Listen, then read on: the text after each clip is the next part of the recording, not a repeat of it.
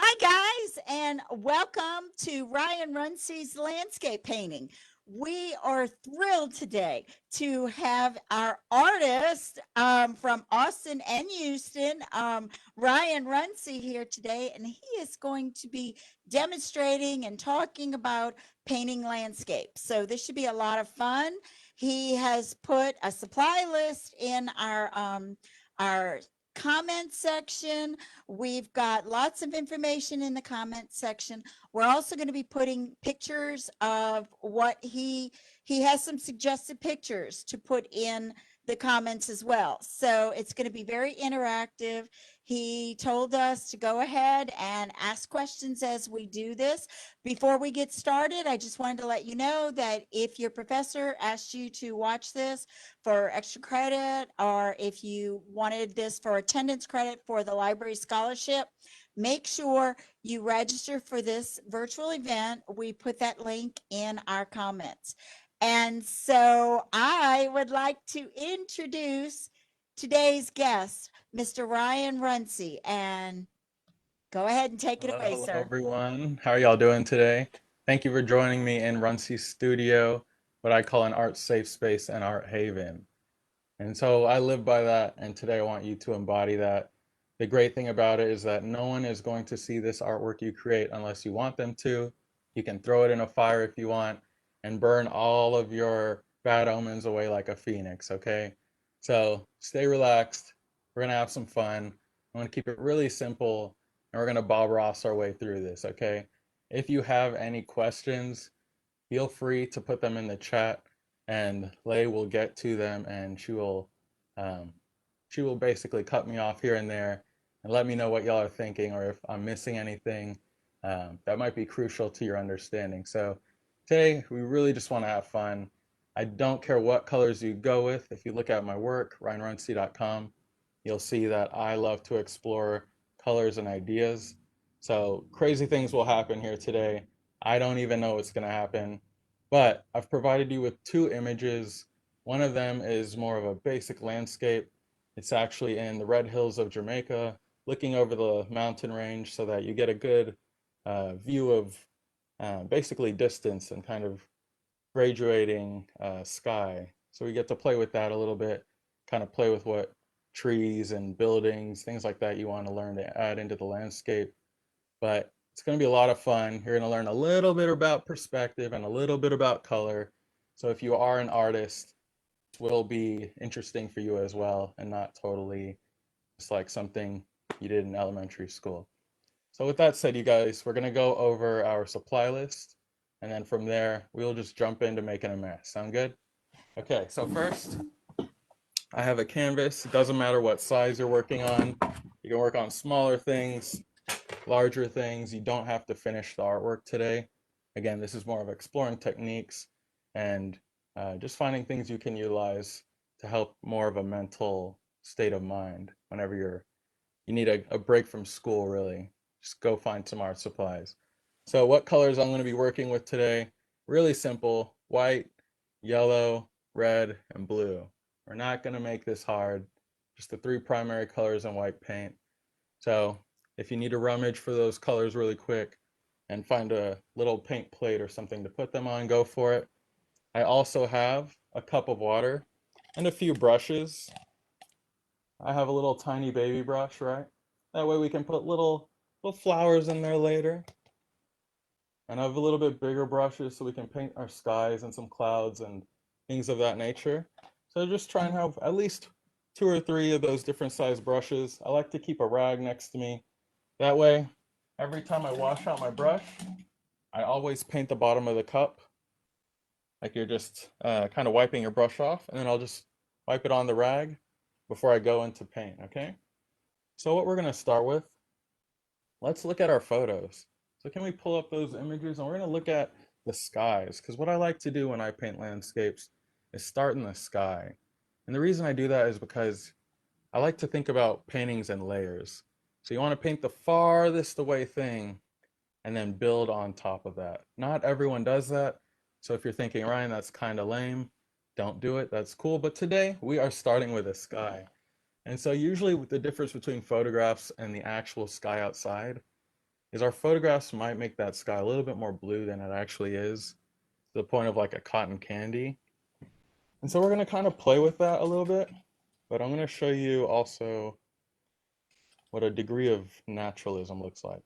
And naturalism is what we are supposed to say when we mean realism, because it's just natural. Okay, so my brush, took it out of the water, dried it off, and so I'm going to pretend about half of my painting is sky, about half of it is land, and we'll mess that up later. So what I'm going to do is start by loading up my brush with some white paint. This way, any color I add to my brush is going to be diminished by the amount of white. So I take just a touch of blue, really simple. And believe it or not, skies also have a little yellow in them, a little bit of that glow, a little warmth because of the sun. So I get the tiniest bit of yellow, and I'll mix that in.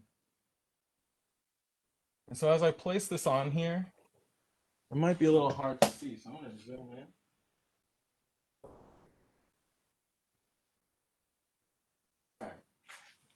And it's going to start pretty slow, and it'll grow rather quickly. So with my painting, I'm going to try and merge these two images so that no matter what you're painting,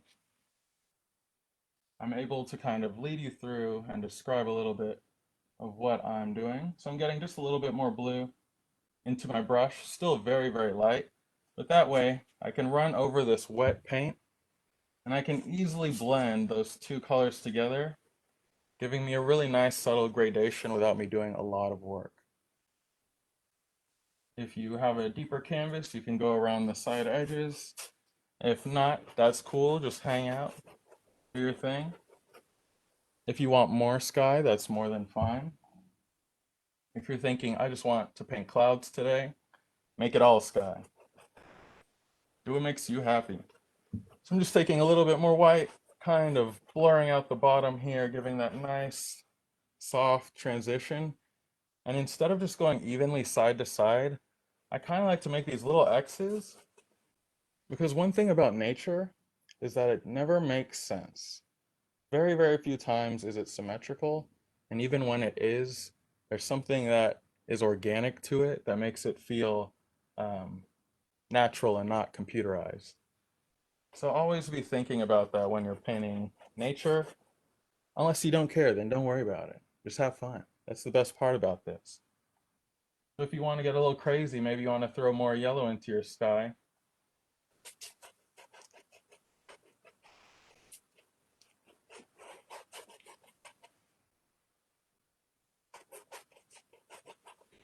All right, and so we're going to be thinking about, do we want some clouds? Do we want, maybe you want a bird flying through your sky? So later on, you're going to add that in. You just want to be thinking ahead. What kind of painting or what kind of landscape you want to be taken away to? Just kind of blending that sky in, really easy. Not overthinking it. You don't really want to worry about the colors much either, um, because the best part is we can go back and adjust things, add layers on top. You're not set in stone by any means. All right, so here's my sky. Really simple. Nothing too crazy, right? Got the blue on the upper half. There's a little bit of that green tone. So that's going to work really nicely when we start to add our land in. So here. And so what I'm going to do, I don't actually want to wash out my brush, because with my landscape, I want it to fade into the background like it's very, very distant.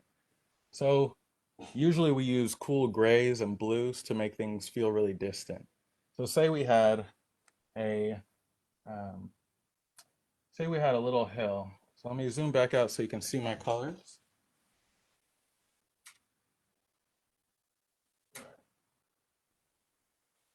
So say we have a little hill. We don't want to just use green. We don't want it to just look like we took a big blob of green and made a green tree to get a green hill. So what you want to do is take a little red, start to make this color dingier. The weird thing about life is that if you look outside, colors are actually really dark and dingy and dirty. There's a lot of browns, grays, very pastel colors. That's why when you use colors right out of the tube, things just look so silly and so unnatural because you have to go against your common thought and common nature and make really gross, poopy colors like this one here. It's like a really dark green. You can kind of see it in here. Overall, it's a green, but someone would say it's a more brown green or ruddy green. And I'm just going to start making little marks. Again, the more you think about it, the more it becomes too controlled. And I actually want to run into that wet white paint that we used to create our sky. And what that does for me, it makes me look like a great painter. It makes it look like I'm trying to add atmospheric perspective, whether you know what that is or not. So you're giving it that essence that this looks very far away, and you can always add a little bit more white to it. You can add a little hill if you're thinking, uh-oh, I need a little mountain right here. Happy little mountains, happy little mountains. I just have fun with it. All right. You can add water to your brush if your paint isn't moving well. That will help give you good movement. And so I'd like to make smaller marks here because that will give you the idea of different trees and shrubs kind of overlapping at a distance. Every once in a while, you might want to get a little bit more blue in your brush or a little bit more red, and you can just keep working on top of that. And so we're still building the farthest away strip of land. That way we're slowly building up. And over here, I'll just add some water so that we can kind of see the two images coming together. But right now I'm just using varying degrees of white and this brownish green mixture that we just made. I use a little yellow, a little blue, and then just a little dash of red. And it gives us this really nice brown color, brownish green color that says that the land is very far, but there's also a lot of vegetation. Um, and I can build, it's really cool. You can take your brush, even after you've decided you have these hills here, I can load it with some more of that blue white. I can go right above this hill and say that there's an even farther away hill right there, just because of the context of the color. And so you can practice that. You can see how many varying degrees of land masses you can add back there, just how many hills and mountains you can add by diminishing your color with the blue and the white. And just have fun with it. Um, and the cool thing for the artists that have joined us today, I want you to think in opposition to that. If we keep diminishing these colors and diminishing these colors, think about what it is that we need to do in order to make these colors stand out and make them feel much closer to us later on. So we'll get into that later, but I like to pose thought experiments because that's where real learning happens. You don't use Google for learning. You think how to think, and then you can expound from that and use your resources like Google to improve. All right. So we're just adding this little hill here. Now I'm going to go a little bit heavier into that green just for a moment. Because now I want to start to say, right in this area, the sun is going to be falling on some of our land. And we're just smashing that on there because we're going to run into it and mess it up, okay? So you don't even have to look at it. Don't even look. Just paint. Pretty colors, pretty colors. All right. And so I'm just going to go where those two colors were. You can pick up a little bit more red into your brush. That way we can blend some of these masses together. A little more red, a little more blue and yellow. You just kind of want that greenish brown color again.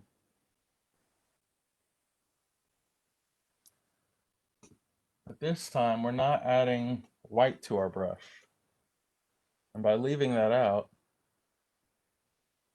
the color is going to be much more saturated and it's going to feel closer and richer for us. And this here is you might want to start making some brush marks that will say you have little bushes or more vegetation where you can see the details now because it's becoming a lot closer. So we can take some of that darker color. And if you mix about equal parts of all three colors, your yellow, red, and blue, you'll get a pretty nice dark, rich tone. That will work as our darkest color for the painting. So we'll try and use that in a few select points to really bring out our colors. Do we have any questions right now? Are we doing all right? All right, sounds good.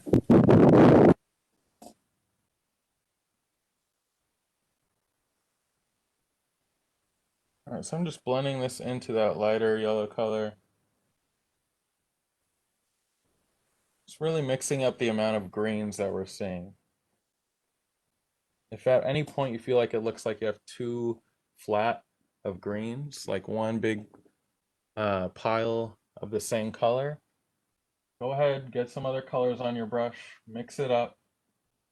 That's what's going to make it feel a lot more realistic, a lot more lively. In the front here, you can think about adding little hills and little curves, and that it's really simple. Just kind of bounce it. Really brings a lot of natural energy to your painting. You can look at the photo references, so we'll pull those up again. If you're trying to focus right now, so if you look at this one here, you see how distant those landscapes feel, where they're so light and gray, but then the part of the mountain range that's up close is really dark, and it has a lot of contrast. So that's how we know visually that it's closer to us. So that's what we're going to emulate here as we go farther down. And we're going to make some bigger trees and larger marks. And with the water, same idea. The far receding sky is really light, but we know that that cliff edge and the water right there is closer to us because of how dark and rich those colors are.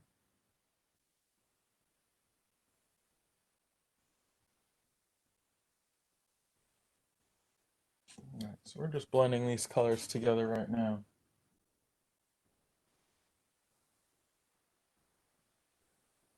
I'm just gonna be quiet for a little while. You just paint some green. Have some fun. I think I'm gonna bring my land to about right here, and then I'll put a little water in this area here. So I'll show you how water kind of relates with the rest of the planet, if you will.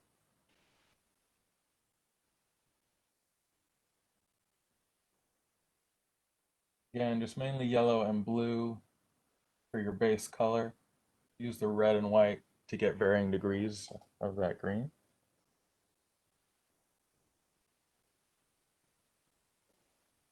This is the time to push outside of your comfort zone.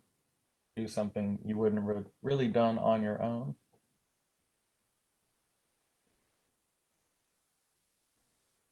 All right, so every once in a while, you can actually take just a little of that pure yellow. And when you put that in there, it really feels like the sun is shining on that area and it's really nice and bright. It's really healthy vegetation.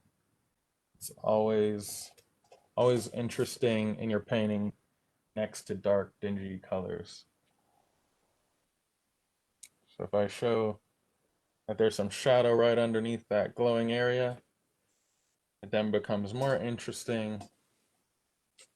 And I can always go back over that, change it up how I'd like.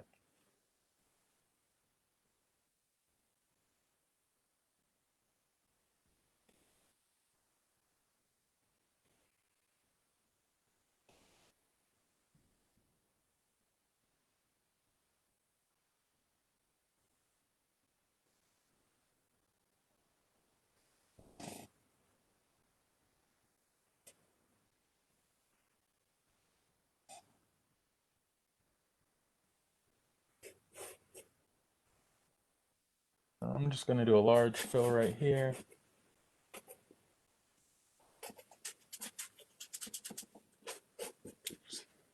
Alright, so right now what I'm doing is I'm putting in a base, or sometime you could think of this as an underpainting or like toning a painting. And the reason I'm doing this is because I want to show you some cool tricks of like building up grass, building up cool textures up front. And this right here, now that I have this area in, what I'm going to do is just get a little bit of my darker color, so you can just mix some of that blue, or quite a bit of blue with just a little bit of that red. And I'm just spot mixing. If you want to pre-mix some stuff or use more colors, that's more than fine. But what I'm going to do is put in a few marks of this dark color. Yes, it is a purple, but that actually helps quite a bit and gives a lot of life to it. So I'm just kind of smearing that in because we want that to be our background. We want to think about how the dirt that is underneath the grass actually makes the grass look bright and beautiful. If there was white behind the grass would actually look dark. But because we're seeing the dirt, or seeing it in shadows or patches of grass in light surrounded by shadows, it looks that much more bright and that much more green. So by putting down these shadows first, kind of creating this little cliff edge here, we're gonna do two different things. I'm gonna show you how to add some rocks really simply. Someone wants to know if these are acrylics or oil paints. These are acrylics. These are all acrylics. So I'm just washing out with water over here. Anytime you see me reaching over, just washing out with water. But I am working quickly with them. Was there any other questions or? No, that's the only one for now. All right, sounds good. So now that I have this base in here, I know it's dark. So after what we've talked about, I know that lighter colors are going to stand out really nicely on top of that. And of course, I'll get back over here, but there's no rush to really going through this. So what I'm going to do is take just a little white, this down here, and I'm going to pick up some blue and yellow, but a little bit more yellow than blue. That way I get nice light spring green. Also, just another tip, if you feel like you're not able to blend or kind of move paint the way I am, you're either doing one of two things. You're not using enough paint. It's like the cardinal sin of artists. We're afraid to waste paint, but we always end up throwing away a plate full of paint anyway. So make sure you really use that paint, really glob it on there, or else you're not going to get this richness. You're not going to be able to push colors together and give you enough time to talk randomly about art before going back and working on something. So if that's not your problem, you can also dip your brush in water and just kind of rehydrate the paint if you're working with acrylic paint. And that will be much easier for you to maneuver the paint. So right here, we're gonna do two different layers. We're gonna say one is kind of mid-ground, so it's gonna be shorter, and one's gonna be foreground, so it's gonna be taller and much closer. So right in here, in this area, you can kind of just make a little line if you wanted. Just do a short little line. My brush is a little dry and the paint is kind of getting tacky, so I'm just adding a little water to my brush. But same green color. And you're going to do tiny flicks. You want to pretend like your wrist has been locked into place and you can only rotate. If you drag your hand up, you will leave a fat chunk. But if you do little flicking motion, you leave this little furrowed edge from your brush. That starts to give this look of grass or patches of grass very quickly. And if you want it to look closer, then you can make taller pieces of grass. Maybe add a little bit more yellow so it stands out differently from that other color. A little too much yellow. And we'll just go right over. You can start adding some of these little grasses in. The cool thing is you can always go back and add a shadow line to that. So say maybe it's getting a little lost. You can take just a little of that blue-green and go back, drop a little shadow in. That will help it stand out just a little bit more for you.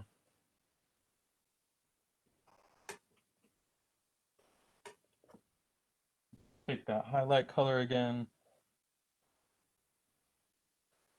And some more little grasses. I'm not going to do too much right there right now. That way you can just think about where you want to build grass or bushes. And it's really just about thinking of strips of land at a time. Just the same way we built these mountains. They're essentially strips of color that we're placing. Some might be a little bit more like a wave, undulating in a certain way.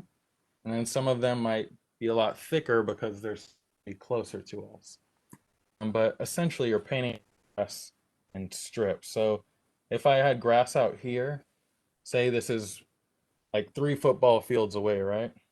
And I want it to look like it's glowing back there, I could take some of that yellow and then tone it down just a little bit so that it doesn't look brighter than what's really close to us. And I can just do a horizontal scrape, and you see how it starts to lighten up that area? Like the clouds are opening. All right. Just by adding that brighter color. Again, I'm doing this in layers. We're not rushing anything. We're just thinking about where we are and where we're trying to take it. If you were finished as you started, there would be no point to this. So just slowly kind of working that color around, actually using it to create an edge. But I want to use this here, this little brownish color that I accidentally made. Kind of works well for a beach starting point. So I'm going to just go ahead and make this a little beach right here, and let's see how to make a little beach. Why not? All right, so just kind of adding in some more color on the back side here before we move on. Just going back to that dingy green color we were working with.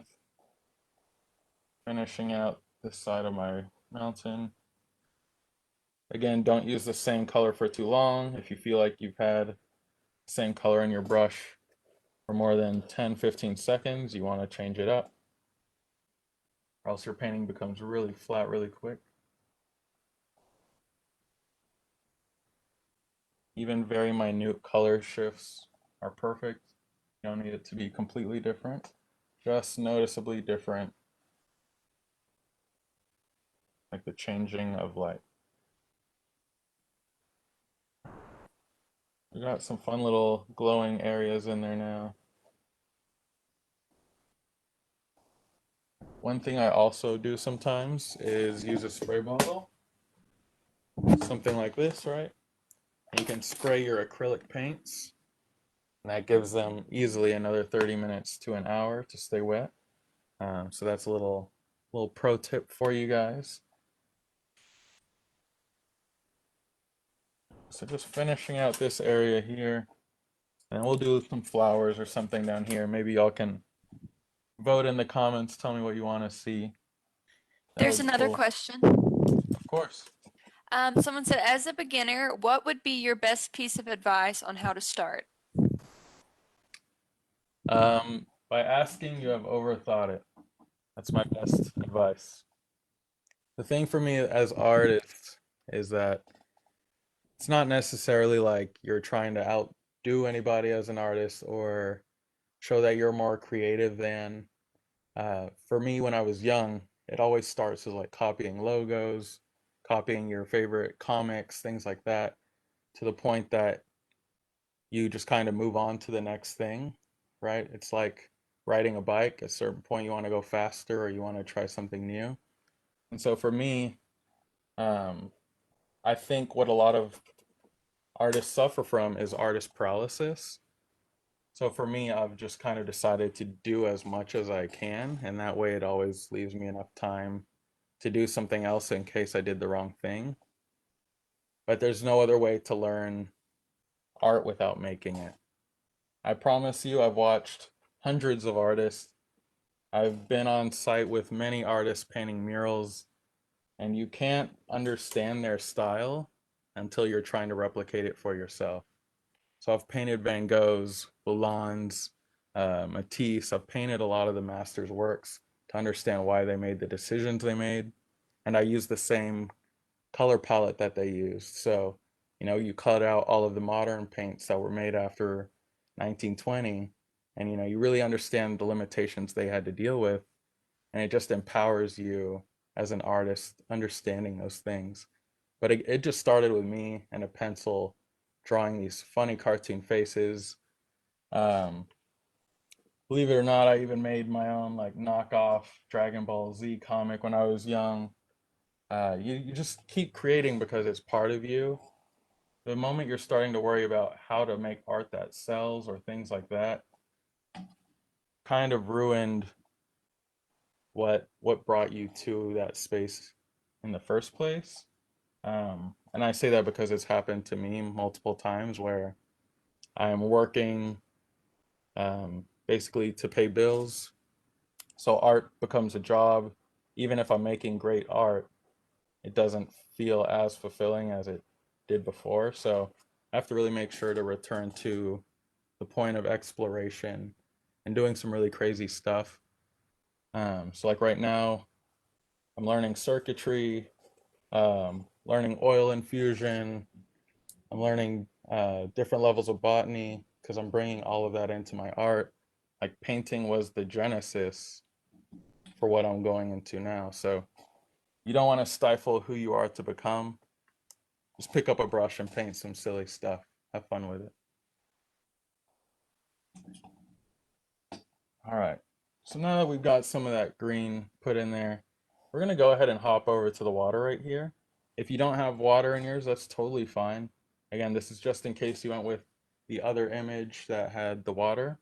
Um, so one big difference that I want you to think about when you're painting water from the sky is that the water has a lot of ripples, and so you have tons of shadows and highlights all over the place. So you don't really want to do it as flat and even as the sky unless you don't want people to focus on it. So let me show you what I mean. I'm going to get a slightly bigger brush out again, just washing and drying it off. And if you're using watercolor or any other medium, same principle should apply. All right, so what I want to do is get a little blue and a little white, but we're going to go a little bit darker than we did this time, okay? So it will feel maybe a little cartoonish to start off. Can you see the two differences in my blues there? One's a little bit darker. You can always test a color by putting a mark on your painting. If it feels too off or you don't like it, don't keep painting with the color. Change it right there, right in that moment. You know something is wrong. Otherwise, you'll have to do it anyway. All right, so what I'm going to do is add just a little touch, tiny touch of this red to my color. So I actually want more of a purple cast to my color. The water is blue, but usually that deep Prussian blue is actually more of a rich purple. It's just not saturated. So what we're going to do is take some of this dark purplish color and we're just going to go side to side, smearing that color on. Smear, smear, smear. Happy, happy, happy. You're overthinking it, you're not doing it right. All right, so we're just going to go on that and roughly fill. All right, then all I'm going to do from here is pick up a little white and say maybe you want to have a sun in here. You want to add a little sunset or something. You could go right under your sun. Just kind of add some of that white. And then I want to make sure I fill all of these gaps. So all of the gaps that I have between my waterway and my beach and my cliff edge here. I would rather you actually run over that edge. And this is why we paint back to front, so you don't have to paint over what you just put down. But since I did that, I would rather run over this edge and make sure there's no white space showing than trying to avoid it and leaving this white space that completely breaks the illusion that you're painting in the first place. So be willing to mess up what you've done to make things right. One thing that I live by, that it sounds really funny, but in practice, especially as an artist, it makes sense. And my thing that I live by is the only way to be great is to be great. So you can't take shortcuts. You can't try and paint faster. You can't learn quicker. Some things you just have to accept. They come at a certain pace. And the more practice and care you put towards it, usually the better it goes. All right, so I'm just trying to keep this line as level as possible.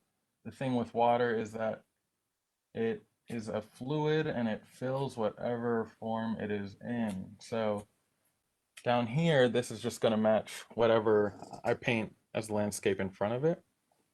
But I really want to make sure the distant water looks pretty flat. All right, and we can always add more blue back in if we want to. So that's up to you. If you're liking your water, don't fuss with it too much right now. Maybe you can add a boat in there or something later on. All right, any other questions? Maybe they don't relate directly to painting per se, but maybe art practice or artist life. I don't see any at the moment. All right.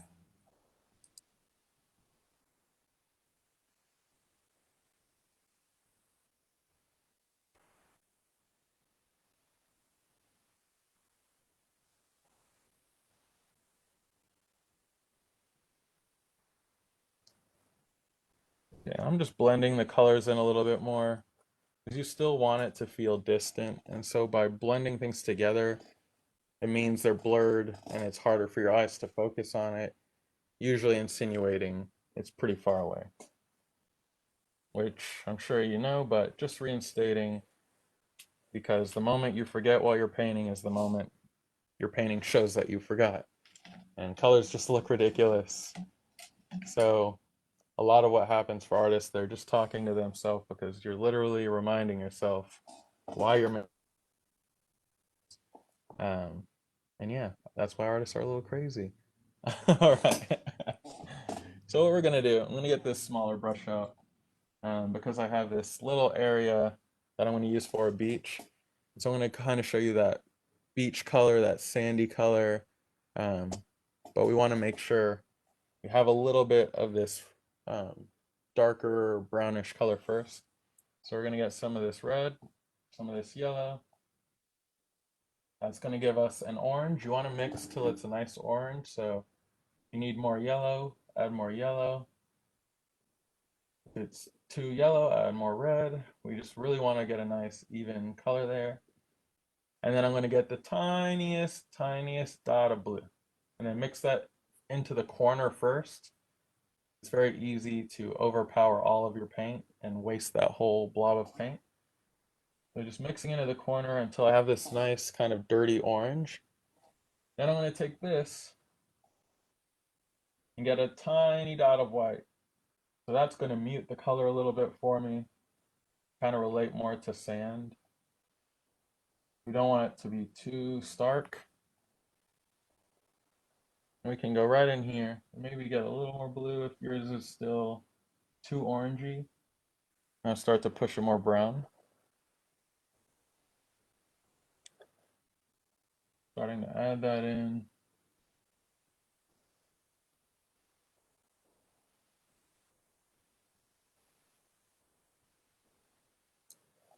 And I'm making kind of like a little triangle shape essentially.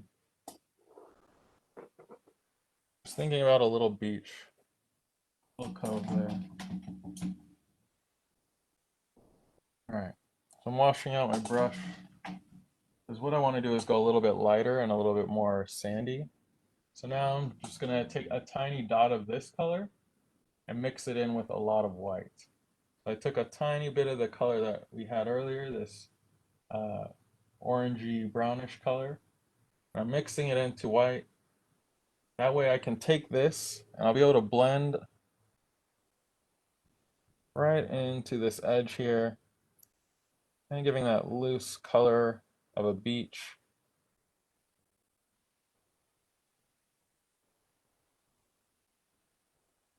And do remember that this takes a lot of time normally. Like things that you're not seeing is how undetailed this painting really is. One of my favorite quotes is from Rembrandt. He says, "Paintings are for seeing, not for smelling." You're supposed to step at least 5 yards away from a painting to actually see all of the colors and everything blending together. So Next time you go to a museum and you see those old paintings with just really grungy brush marks that almost look like mistakes or mishaps, step back and see how much is actually being said by one mark. Some of my most favorite paintings are like paintings of a mound of butter or just like a tablecloth, just things that are rendered so well you never thought you could put paint down with such ease. And everyone's kind of drawn to something differently, but just be aware to these differences and how you can add them to your own work. All right, so what I'm gonna do now that I have a little beach, you kind of have to have some sea foam. So we can just get a nice bit of white, even that sky cloudy color that we had earlier, white with a lot of blue, maybe a touch of green.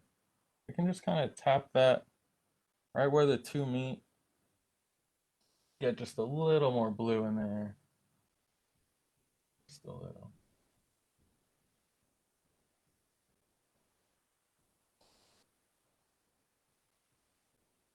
That way you have a nice little coastline.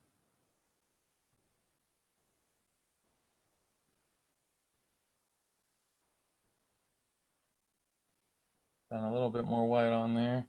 Not too much though. You really want to stay away from pure white right here, um, because you're really never going to see pure white outside unless the sun is glaring off something, and that's just our eyes' incapability to see light properly.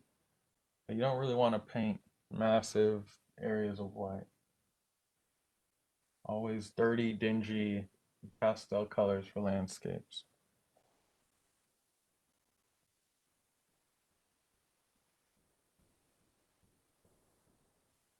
Is everyone feeling relaxed? I hope I'm not stressing you out with all of these random tidbits. If so, you can tell me to dial it down. Go more Bob Ross. Do that.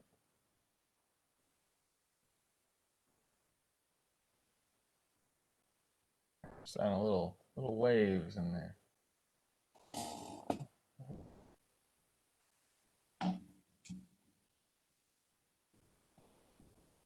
Okay, so now that we have a landscape, for the most part, our painting is dry.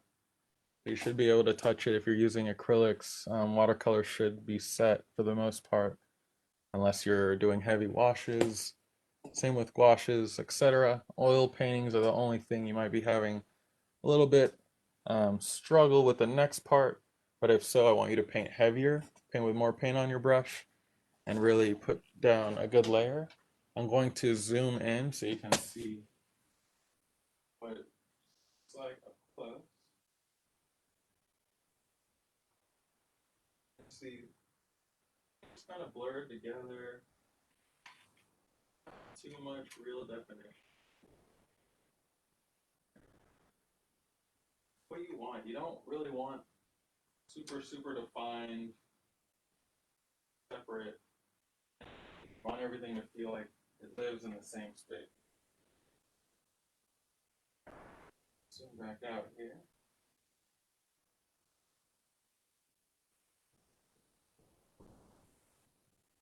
Sorry.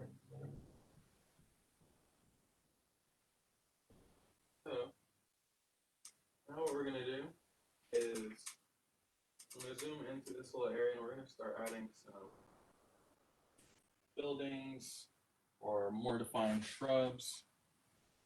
If you have a black paint or a darker paint, you can add this as well. So I'm gonna add a little bit of black to my palette.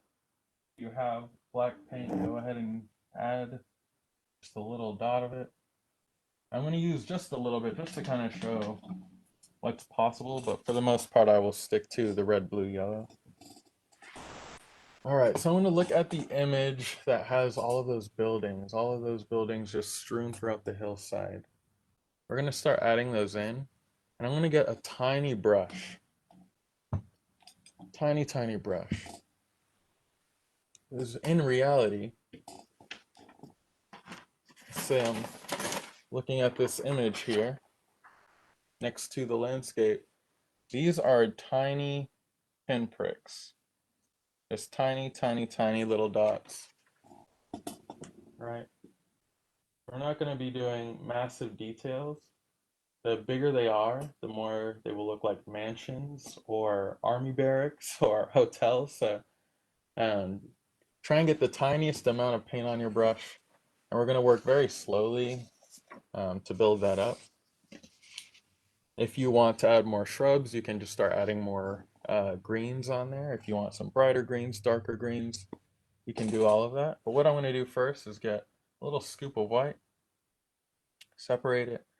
I'm going to mix, I'm going to mix a tiny dot of red and yellow into that white. So you're going to get a really, really, really light orangey color. And that will relate to your standard buildings with white bricks just being hit by light. Might be a little bit dirty. So here's my color here. It's going to be a little hard to see.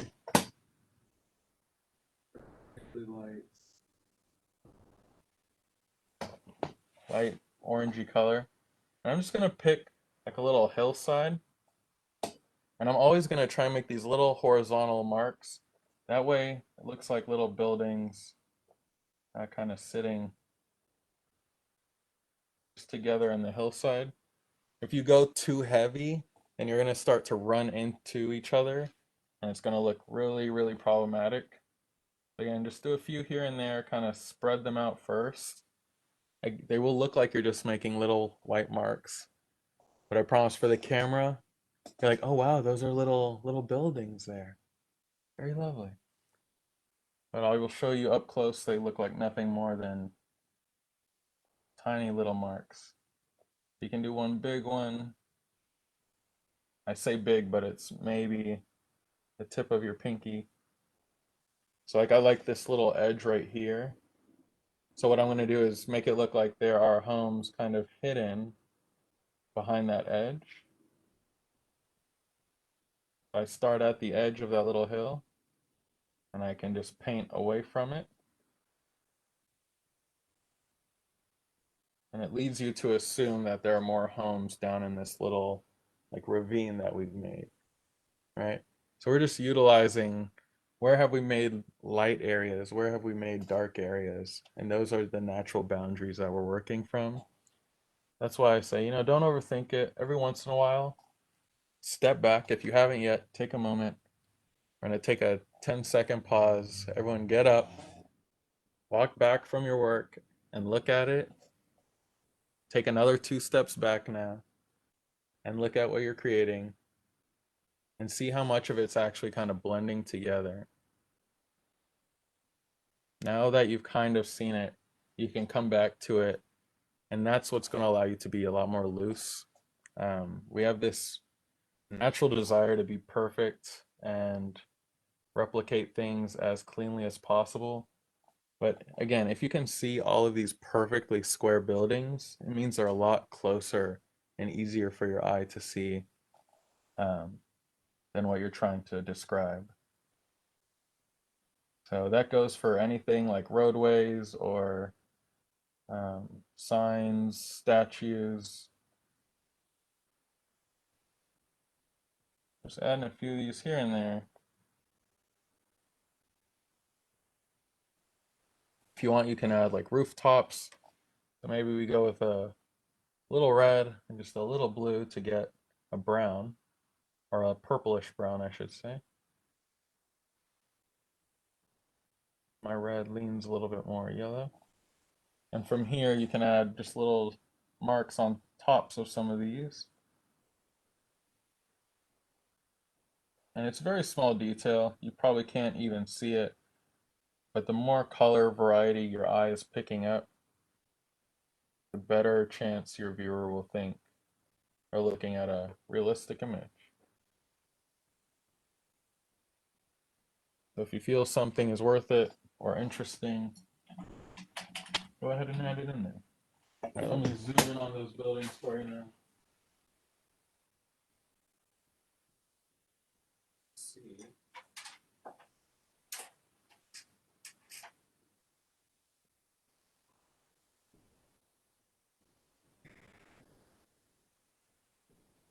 little blobs, little tick marks.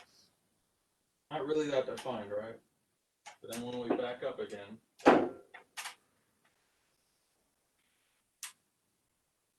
this really nice little outcropping or little villages.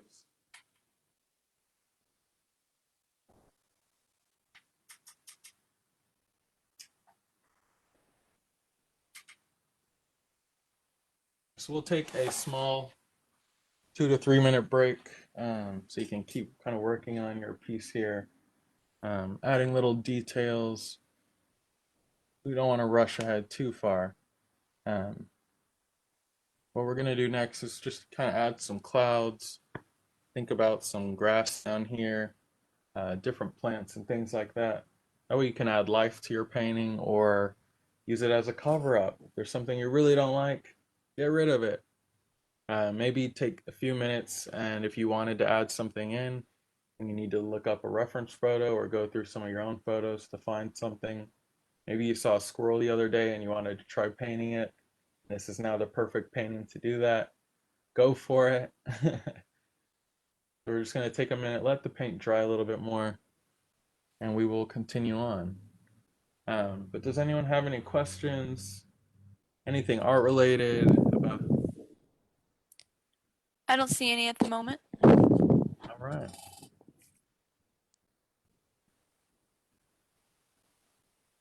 Very cool. So yeah, I'll just kind of talk as you are dabbling right now. For me as an artist, styles is no longer a thing that I'm concerned with. I'm actually working on a body of art that will hopefully push into a new style that is embracing all styles, which is kind of hard to fathom at times. But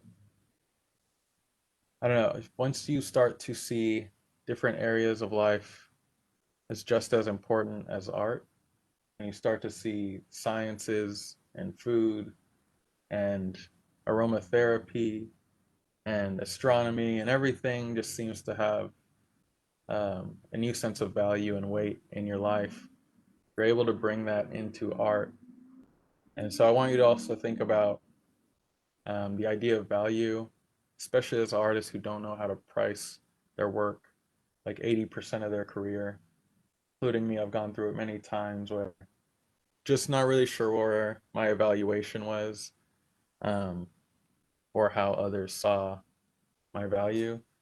But you can think of it like LeBron with a basketball versus yourself with a basketball. He's just able to bring much more value to a basketball than I can. But don't diminish what you can add through your own talents. Especially if you're young still, you're still in school, and this is what we're working towards. Even if this is like the first time you've ever done art, still use this as a way to expand yourself and find a place of healing and a place of comfort away from what you do every day. All right, stepping off the soapbox.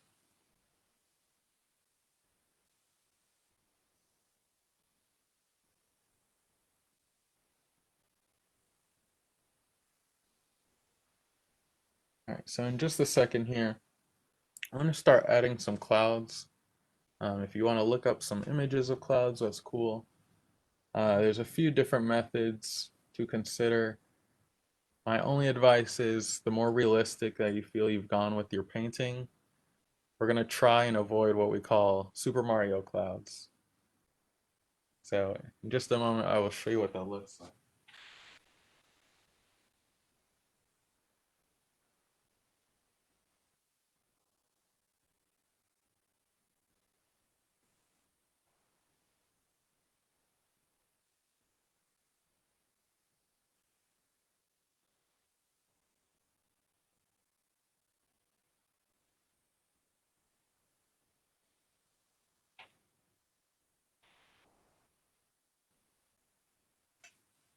All right. I know sometimes I paint fast, so if you feel that I'm going too quick, and we need a longer break, just let me know.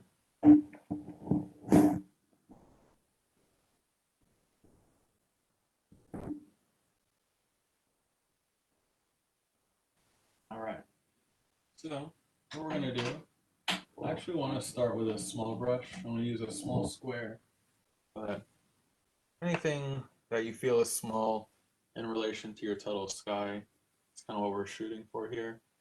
One thing I like to do is have a little water in my brush.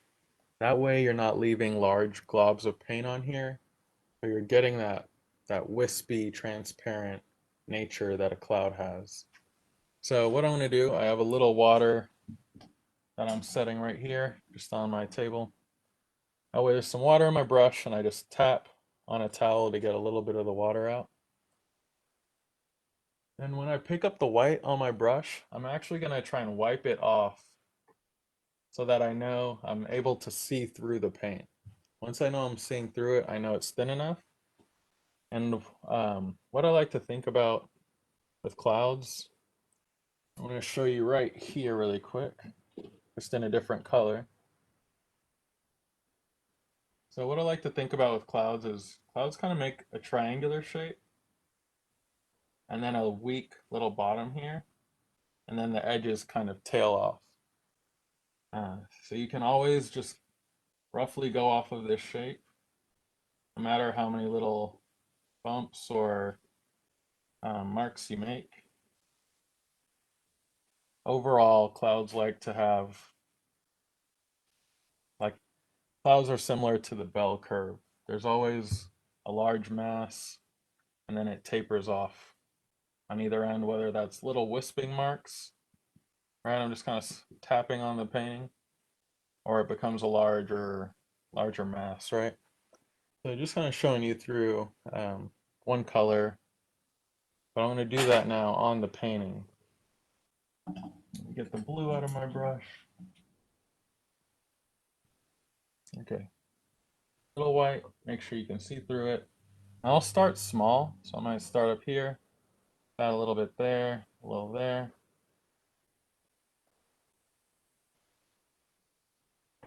I'm sorry if you can't really see it on mine, but as long as you can see it on yours, that's good. There's a rule of, like, when you feel like you're putting down a little bit too much, it's probably because you're putting down a little bit too much. Just go with what you're feeling. You can always add more. Very hard to take away, right? So do a little, step back from it, see if you like where it's going. Maybe you need a bigger brush because you want, or thicker, um, just thicker clouds in general. I'm just making that little shape over and over. Sometimes they're overlapping each other, sometimes they're on their own. And here you can actually go with a few thick marks of white paint to show that in certain areas it's really dense of cloud. So it might be the thickest part of the cloud, but I'm doing that on top of the thin white paint that we're putting down.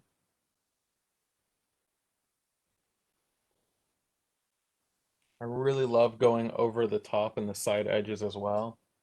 That just shows the natural expanse of what we're looking at, and that the image carries way beyond just what we're looking at here. So if, for example, if you do this, you kind of go up to the edge multiple times, your brain feels like this is where it ends, because we won't go up to that. That is like the frame that we've made. So that's the only place we exist in. And I know it sounds silly, but if you look at 50 people painting the same painting over and over, you're able to pick up on these things that are kind of natural inclinations, or just we're used to working on paper and not running over the edge on purpose. So the things that we've learned that you have to kind of break when you're making art. So just going around, bouncing around, adding little wisps of white, still in that triangular form with a little bump on the bottom. Sometimes you can do long wisps across if you want.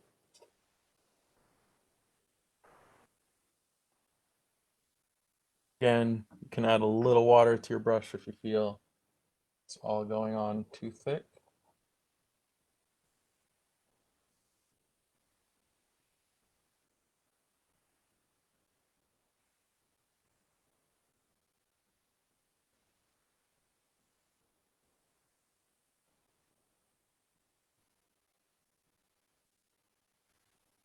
So every once in a while, again, step back.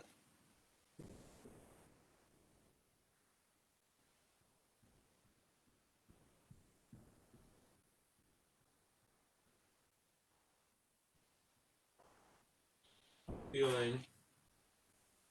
You can do one of two things. We can either start adding some trees into the landscape, or we can start adding some flowers.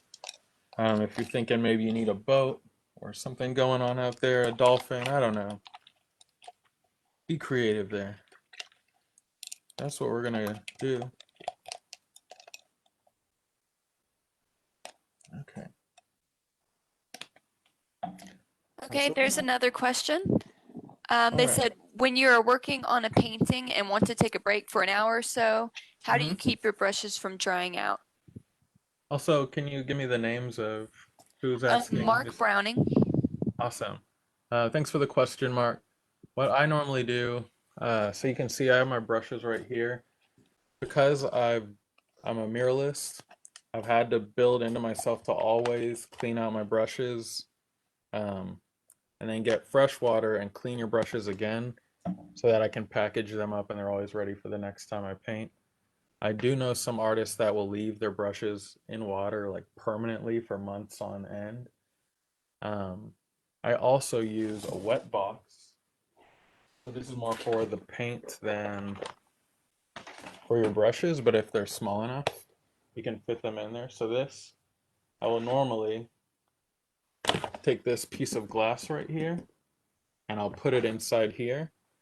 I can close it up. So what it does, it has a seal, goes all the way around, and um, it's basically a vacuum type box. Well, not vacuum, but it's a airtight box that keeps out air long enough for that paint to stay wet for months.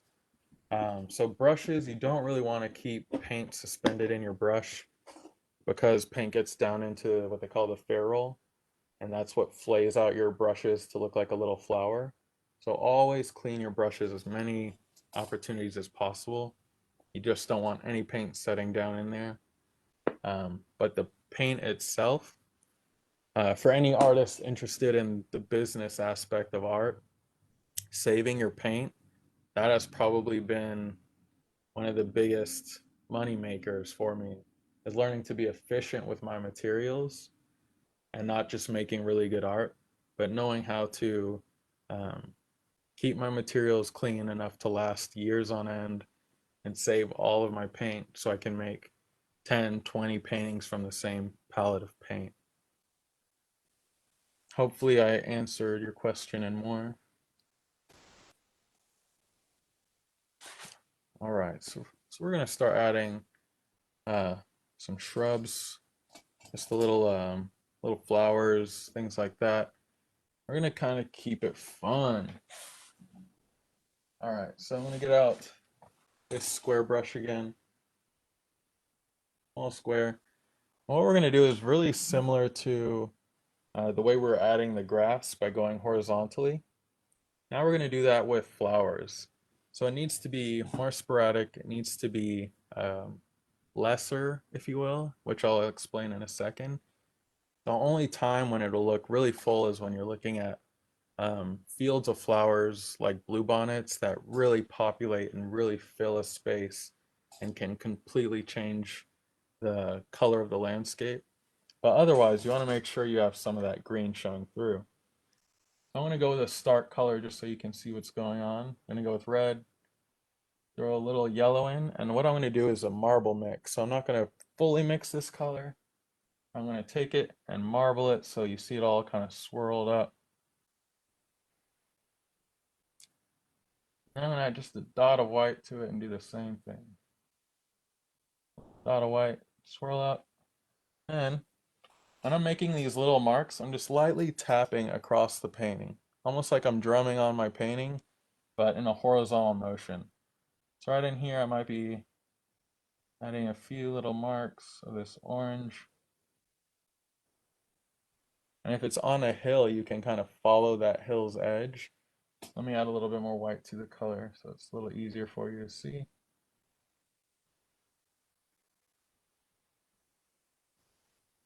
kind of adding these little flowers in here. You don't want it to feel too stiff, remember that.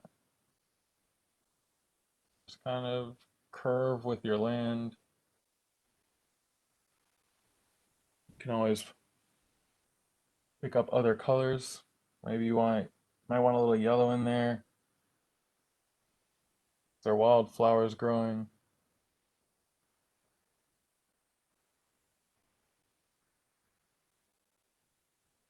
A bit more.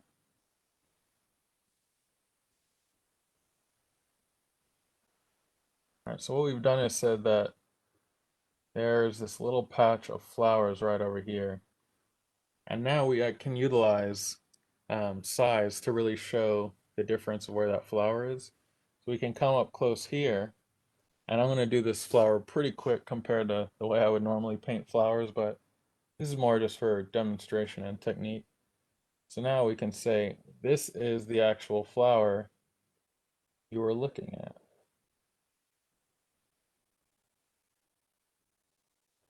I'm just making up a flower shape here, kind of like a tulip, kind of um, almost like a fleur-de-lis shape, honestly. But by making up really any shape, you can do the 4 circles, looks like a little flower together. You can do the star shape.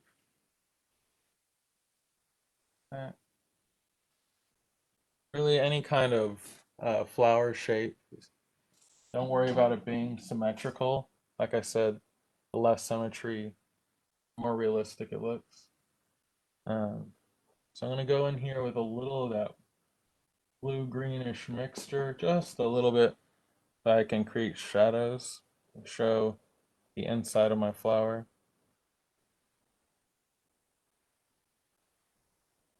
I'll put another petal right here.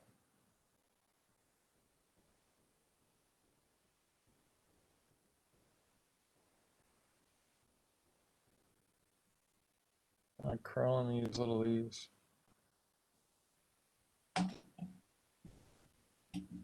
Just washing off my brush. Because as you blend colors, you're gonna start getting just a lot of buildup. Kind of forget what colors you started with, and it comes a big mess.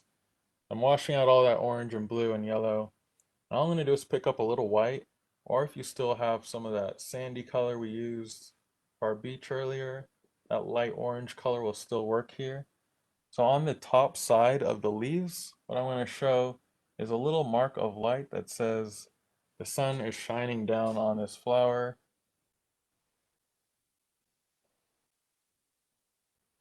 And the reason you do that is because when you're painting things, if you're looking at something and you're painting it, but you can't really tell why it looks like it does and your painting's not matching it, it's because you're missing some visual cue. Slow down and try to make sure you can see the flowers.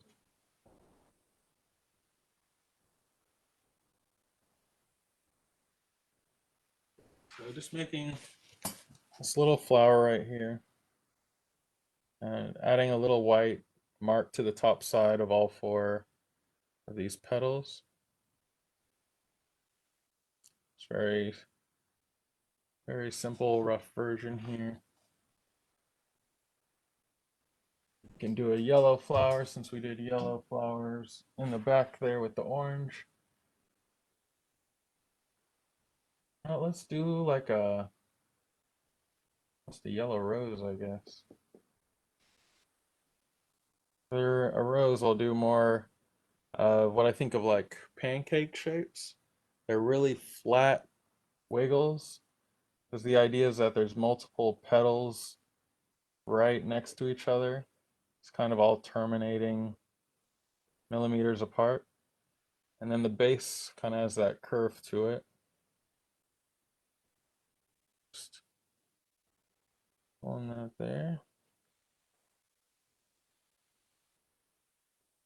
And then I'm going to add just a little of that dirty ruddy color, that brownish reddish mixture we had. And that's going to give me a good shadow color once I mix the yellow in. A little bit more.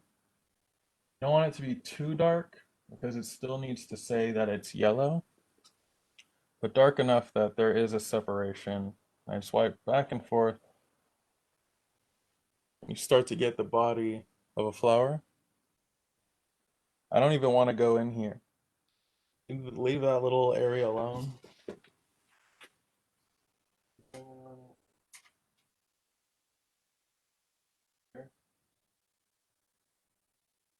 Obviously, if you wanted, you could put more detail into it. Really just paint some solid flowers and roses down there.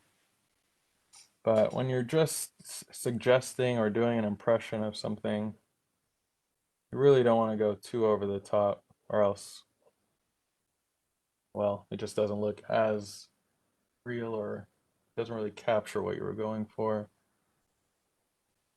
So just fill that a little bit. And what we can do now is wash. Well, if you have yellow, you don't have to wash your brush. But if you have a wild color, wash out your brush. We can add some more stems in here, or you can add some smaller little flowers. So we can say that I have some roses growing in this vicinity. Since they're farther away, we're not going to put as much detail now. And all I'm doing is literally taking my brush, stabbing the painting, you got another flower. And that's the power of context. The power of having one rose here and hundreds of supposed roses here. Anything in between, as long as it's the right size, our brains will go, oh, yellow, that's a rose in this painting. And that's the power of impressionist painting. That's really why you want to understand and study other styles and why they even were given any grounds of respect in the art community before us. So we can add maybe another over here. Add a few down here if you'd like.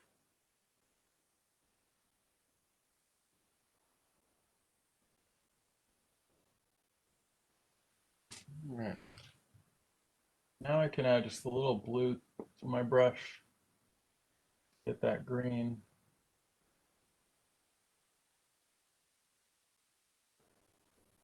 And we'll start right at the base of our flowers and just pull away. And if you want more grass anywhere, always go through and add that in. Just kind of build up where your flowers are there. So if you want it to look like, okay, my flowers are really bright, and I put them on a really dark area, well then you can take some of your bright green and do the exact same thing and just kind of tap a little of that light green in there and it'll look like it's actually sitting in a nice bright area. Always a way around around matching your tones and things like that.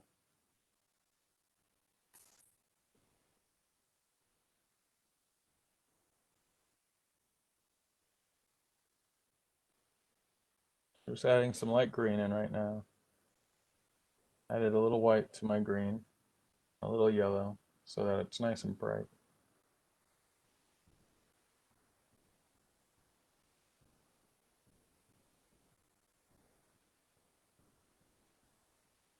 Just didn't want those flowers to feel kind of out of place, like they were glowing in a shadow.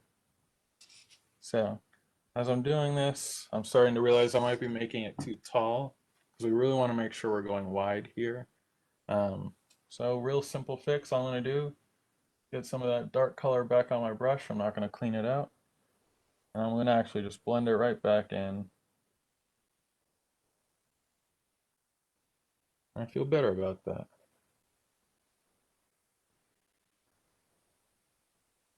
There we go. You can take some of that out if it feels odd. Sometimes things just don't work. That's just take it out. The longer you dwell on it, the longer you will take to move on. Get really good at just accepting when things aren't where they need to be and changing it. And Mark Browning has a bit of a question about that. He said, have you ever made a mistake while painting and it led to a better painting than you had in mind? Um, Probably more than I'd want to admit, if we're being honest. um, hmm, Trying to think of an example specifically. Actually, I think whenever I first started doing drips and splatters in my paintings, that was more of an accident. Because the way I would build my backgrounds, I build them with really thin layers of color called glazing. And so you lay your painting down flat to do that if it's bigger. And when you drip onto that, because the paint is so thin, it basically turns the canvas back white. So then you kind of move with it. And if it works well, if you can work it into the composition, then that's kind of how people gain what you call a style. It's like, well, your accident works better in your paintings than my paintings, and that's why you do it and I don't. That's essentially what style is. It's like, um, especially because I do so many different styles, I like to see where I can pull some abstraction into high realism. Then you really get to experiment and try and push into boundaries of basically trying to explain human psychology and psychoses through visual aesthetics is all experimentation and all trying to see how you can create something that reflects a mood or a mindset. So that's a great question, and unfortunately, that is the basis of art. That is why people move into new styles and are like forced to challenge themselves. We had three more questions. Two of them are from Cindy. One is, how do you avoid painting too much? She feels like she'd paint an entire city and not know where to stop. It's funny. That is a very preference-based thing, and I only say that. I know you didn't want to hear that. I apologize. But now that we have people that are absolute minimalists and people that do really heavily designed work, without seeing your work and seeing what you're trying to reach, it's hard to tell you if you're doing wrong or not. You can always email me and I'll give you a critique if that's really something you're interested in. Ryan.Runcie@gmail.com. But for the most part, I would say go with your gut feeling, but make sure you're stepping back. You really have to move yourself back from your painting while you're working on it. Have you, as an artist, ever seen your friend making an artwork and you can tell them all the flaws? You see how crooked the nose is, how off the colors are. It's almost like a train wreck has come through and they still don't know. They're just continuing to work on it. For some reason, that happens to us just the same. We're working on something and everyone can see every flaw. I don't know if it's a desire to see ourselves in a great light or we are naturally submissive and like trying to push things out out of our life that's like right there in front of us. But you really have to step back and look at it. And if you think in your mind, I'm doing too much, just put down your brush. Just put down your brush. One thing that I say to avoid is what I call stress painting. When you're tired and you don't want to add anymore, or like you don't know where to add anymore, stop adding. You will mess up a painting. It will take time and energy to fix it. And that's how you end up with a stack of canvases unfinished. Hit me with the next one.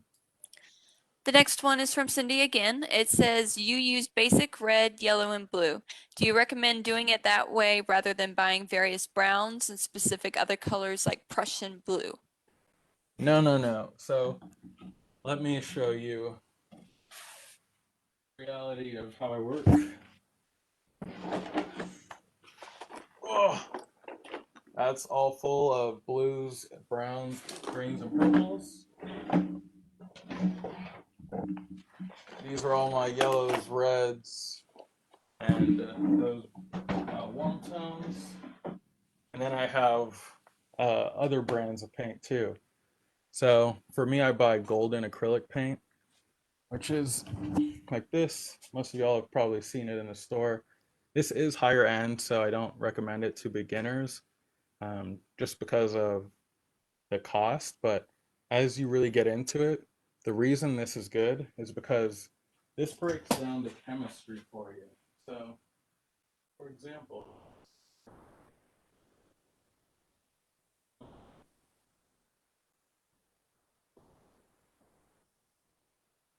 I want to grab it to show you. Can't hear you, Ryan. Sorry, I was trying to get it to focus on the back of this too, but essentially on Golden's paint tubes, they have the pigments listed. So it says PY184 bismuth bandate. So I know that any company using PY184 is creating this exact pigment, and the only color in here is that pigment. Whenever you buy cheaper paints, something like this, your standard, like what they call student acrylic paint, there's a lot of fillers and additives. It's usually a white base. With your darker colors, there's a dark color base in there already, and that diminishes what that color offers. So that's why this brand will have 17 different yellows, because they found 17 different pigments that are very light fast, that will last hundreds of years, and they all provide different properties. Some are more transparent, some are more opaque, some have higher tinting strength, so they have more control over others when they're mixed. Some are naturally more saturated. So knowing the chemistry of all of these and why they matter is really important. So I want to show you an example that really illustrates that.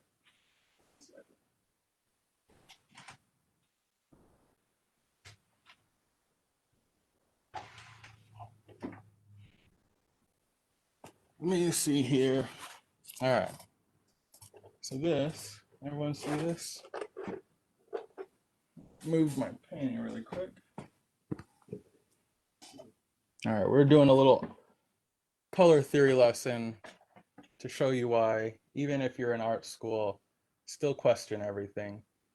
So essentially, we learn when we're younger, you can't mix the primary colors, correct? There's yellow, red, blue. You mix from them, you can't mix them. But that's theoretical color theory. Practical color theory is what can happen based on the chemicals, the chemistry, the elements allowed to you. So with colors, so this is a phthalo green and this is a cadmium orange, two independent pigments just submerged in acrylic paint. When you mix them, you actually get a color that looks like raw sienna. While technically it is not as bright and beautiful as this yellow, it is still a yellow. So you can mix yellows. And like I said before, you want to use these dirty, dingy colors to create most realistic looking things. So this is actually a very passable color for yellow. Down here, I'm mixing cadmium orange and quinacridone magenta. So these two colors on the color wheel sit on either side of red, but because of how chemistry works, you can actually mix them to create quite a bright red. Whereas you're never taught that. You can't pick up two crayons and do that because they don't provide you with 40 different shades of red to try and overlap and create a new red, right? So same thing here with this blue.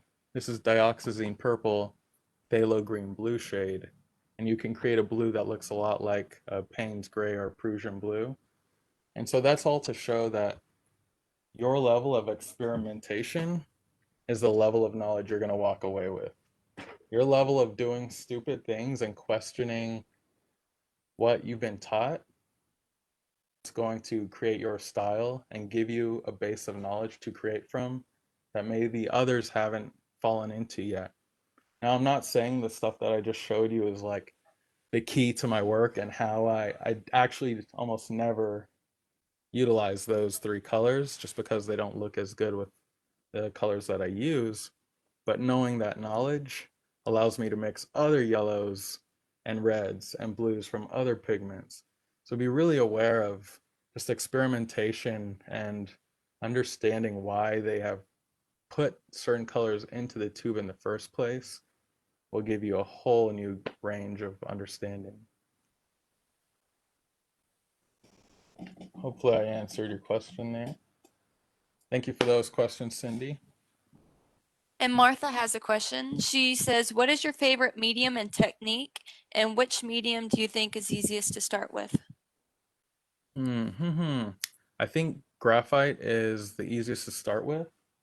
I'll show you some of my early drawings.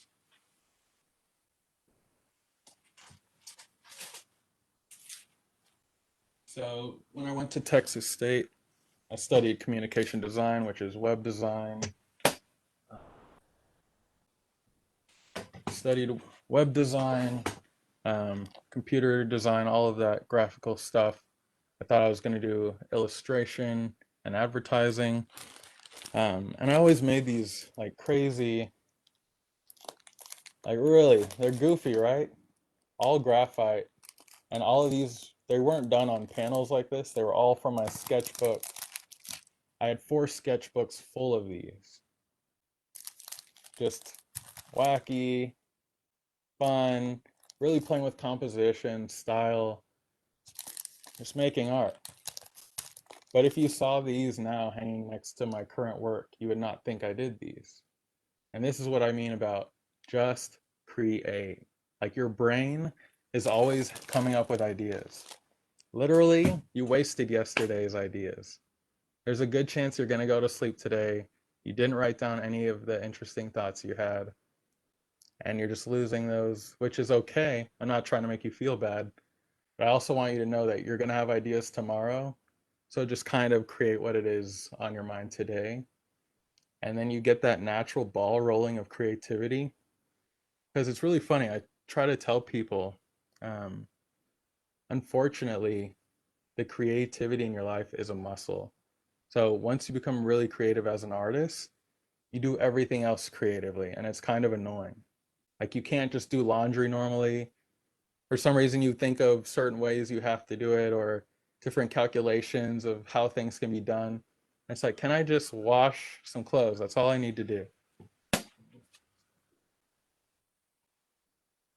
So, just really allow yourself to create.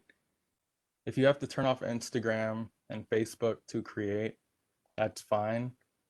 You know, don't worry about reaching some level of artistry that you see others at, because the good chance is on your way to that goal, you're going to find something completely different that intrigues you. So I'll show you a few more artworks so that you really see, I mean, you just got to be creative.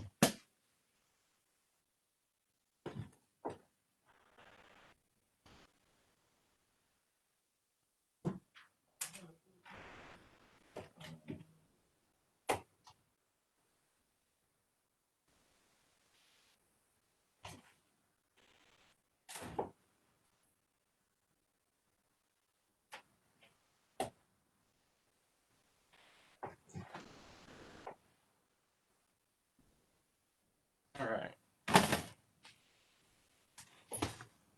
So here's a little experiment, simple background, and then you do a pull over the top. So that's a fun one. And I don't know if I'm ever going to do anything with that, but I made it. Everyone likes pour paintings and things like that, but I'm doing flowers on top of these to kind of give it a new sense of life and background there, right? Art, pretty colors. Don't overthink it. A mural design that never happened, right? So more natural there. You have quick sketches just whenever you're studying.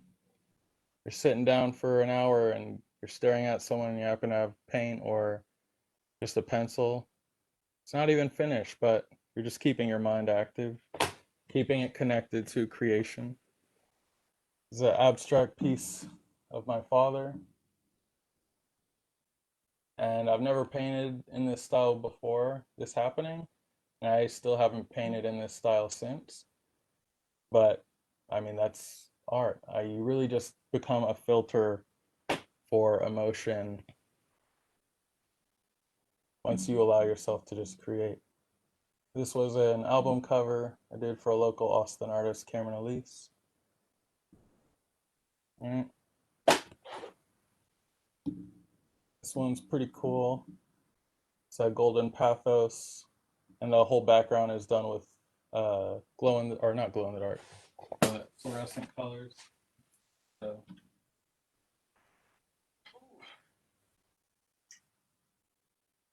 it's cool effect.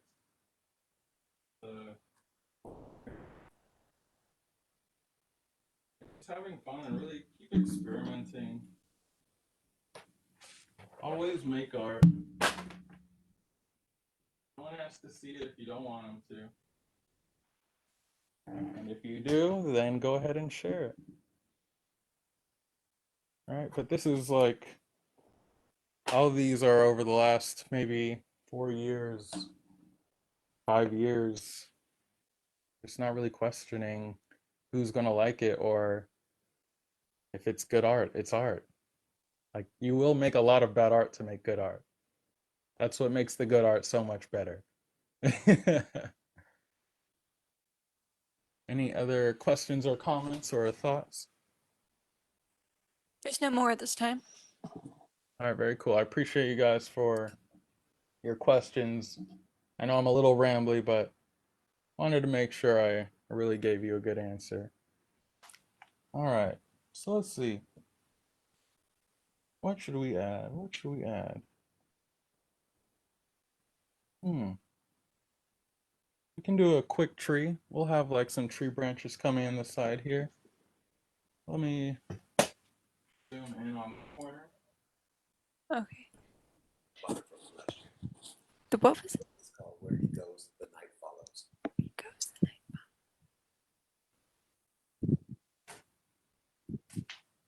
So I'm going to be working down here. I'm just going to start adding some trees. And what we're going to start with, Alter the color a little bit depending on the need for the coolness of the room.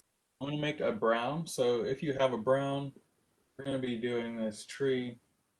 I'm going to do red, blue, just a touch of yellow, just kind of like we did before. But this time we're going more brown instead of green. So a little bit less yellow than everything. And again, if you already have brown mix or brown paint, you don't have to mix it. I just wanted to make sure this class was accessible for everyone, so we just went with 4 colors. It's really simple. But what I'm going to do with this to make these branches, I like to think of wiggly Ys.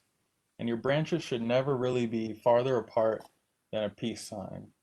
If they start to branch that far, it might be like a live oak that's really crazy and curly. Otherwise, it really doesn't happen that often in trees. So what I'm going to do is kind of start with the letter Y. Again, not much farther apart than a peace sign.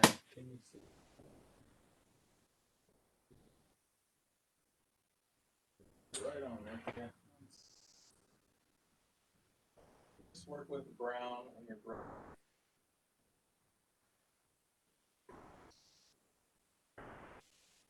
So I always build very slowly and with thin lines. You don't want to put in this massive tree and then all of a sudden you have a huge tree trunk with little baby branches everywhere. So what I'm doing first is just making sure I can build that base structure. And then all I'm going to do is make more little Ys that kind of bounce back and forth on either side of the branch. So here I might separate this and make another Y. I'll come down here and I can drag another line off. And again, just thinking about that peace sign. It's never going wider than that. It can go up, it can go down, but it's still never going wider. in that little shape.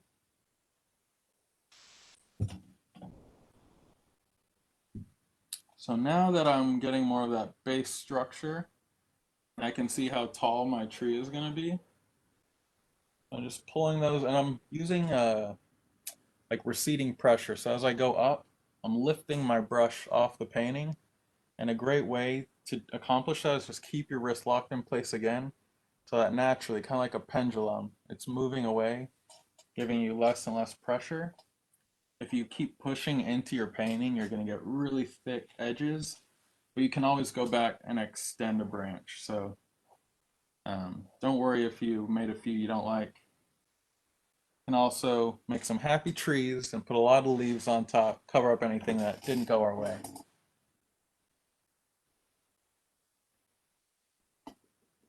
All right, so now that I have this shape kind of building here, I can see, all right, maybe this one needs to extend a little bit more, or maybe I just need a little piece trailing off here, kind of say that this tree is balanced and it has the ability to hold that weight. Um, that's why I slowly build these lines bigger and bigger. It's easy to get carried away very quick. So I'm going right back on top of these now, just pressing in a little bit harder. So I really want to make sure this is a nice healthy tree, can hold a lot of leaves.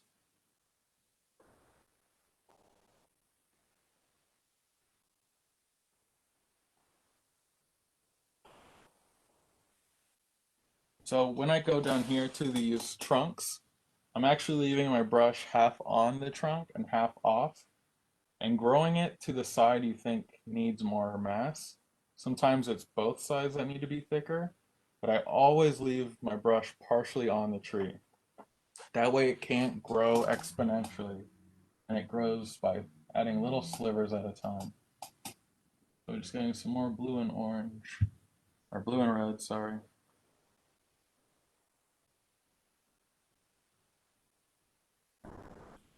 Thickening these up here.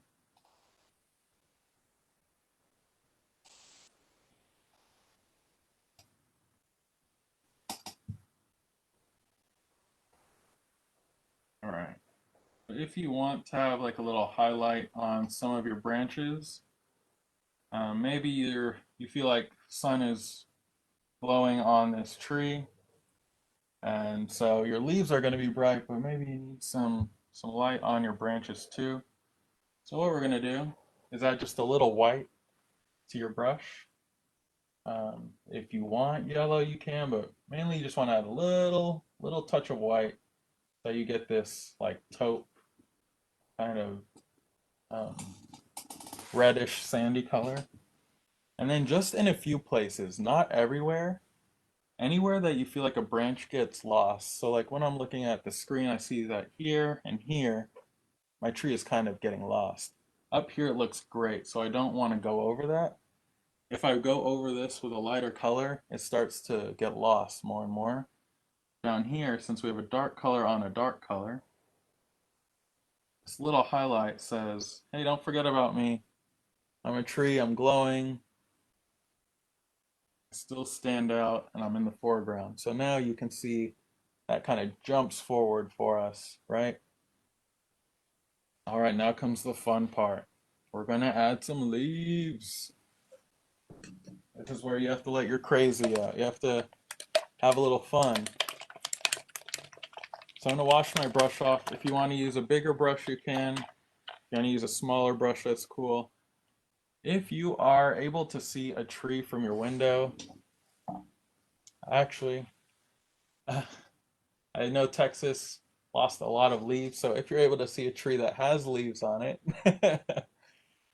what I want you to notice is that the tree is very full. You don't see leaves lining the branches. They actually, it looks like a mass that is hard to look through.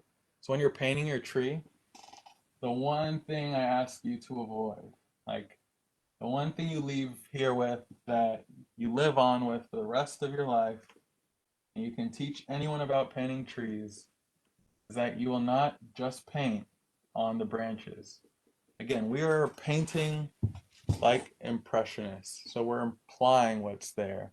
We're implying that there's 50,000 small other little branches here, but we don't have the time to paint those because we're going to cover them up if we did.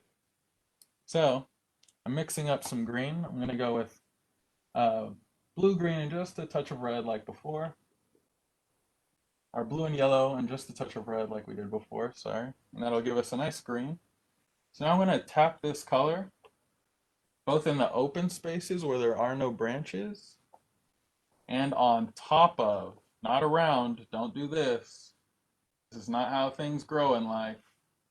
This is 2D, this is 3D. You want to go on top and engulf it because it's growing on all sides of the branch. Just like all the layers that we've done building up this image, we want to continue to build up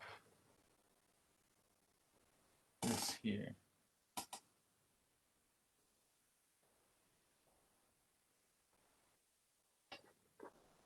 So I'm just going in with a dark color right now. Even if it's not a perfect dark green, our next color will be a nice bright yellow that makes this all stand out.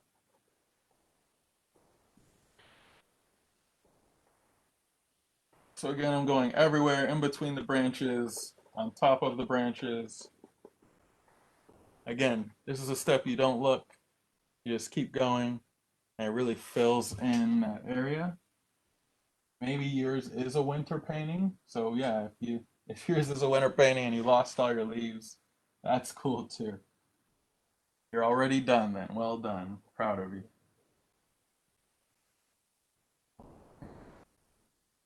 A little bit more in here. And even though I've made all these cool little homes back there, it does not matter. Run over what needs to be run over in order to make the best painting possible. If you really wanted to make the most perfect little square, then just go paint a separate little square perfectly.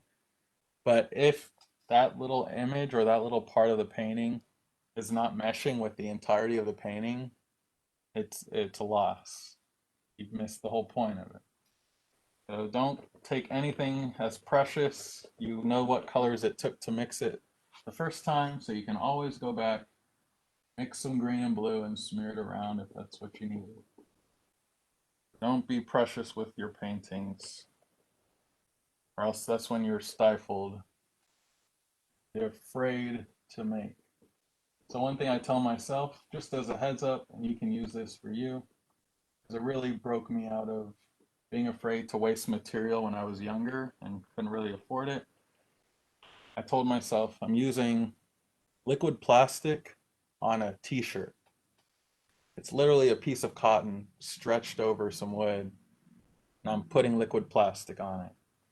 If you can't relax doing that, you shouldn't be a doctor. You shouldn't be anything of severity, because this is as easy and light-hearted as it really can get, but we have to get out of our own way and allow the weight of our creations mentally to not overpower our desire to create them. Hopefully I said that in a way that really illustrates what I mean. Okay, so now that I have a lot of this dark green down, you can either wash out your brush or just keep it dirty and kind of wipe off the extra paint. I'm just wiping it off on my cloth. And all I'm going to do is pick up a little white and a lot of yellow. It's a little white and a lot of yellow on my dirty brush there. That way when I mix it in, I'm getting slightly dirtier yellow. And I know that this paint is wet here. So just on some of the upper portions of the leaves, I will hit it with this color, especially where it's really dark, right, and you want it to stand out. That's where you're going to go in and really build that tree. Just be careful out here. You do want to make sure there's some of that yellow. But you're more so aiming for open areas, not covering up the darker spots, or else they're not able to work together if they're completely covering one another. So beside and around. But by doing this, we get a nice boost of contrast that says this tree is large and in charge, bringing the focal of our painting right up next to the flowers here. And so before I overwork it, because I feel like it looks like a tree, and it looks like a cool little landscape I'm taking it to, just gonna drop the brush. Just drop the brush. All right, so I'm gonna zoom out here. See our final product. I'd say that's not too bad. I would visit.